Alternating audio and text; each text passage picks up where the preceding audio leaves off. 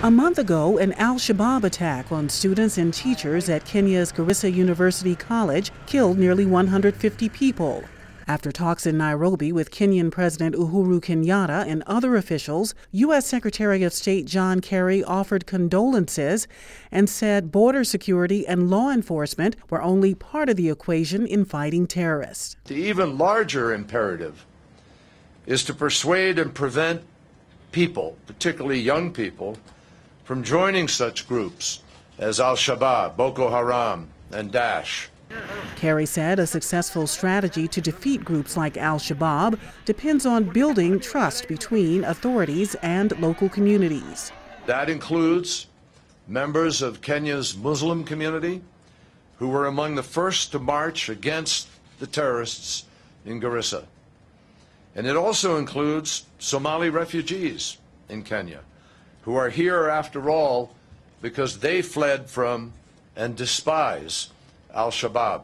But Kenya has to ensure it is adopting approaches to confront al-Shabaab that do not alienate members of its communities, says longtime U.S. diplomat Johnny Carson, a former U.S. ambassador to Kenya. It has to be sharp, laser-like, and surgical.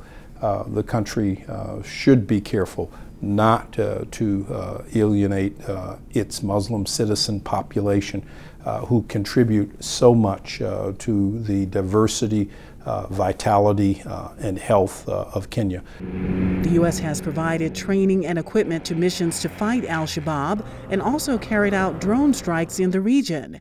But a military defeat of the group would not mean a total defeat, says the Atlantic Council's Africa Center Director, Peter Fong. The movement has transformed itself from less a territorial entity seeking to control parts of Somalia into a transnational terrorist entity, which has to be fought not with purely military means, but also police, intelligence, and also social, economic, and political development and inclusion.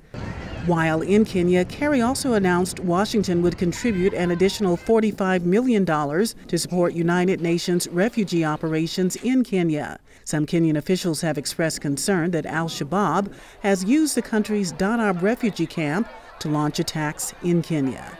Pam Dockins, VOA News, Nairobi.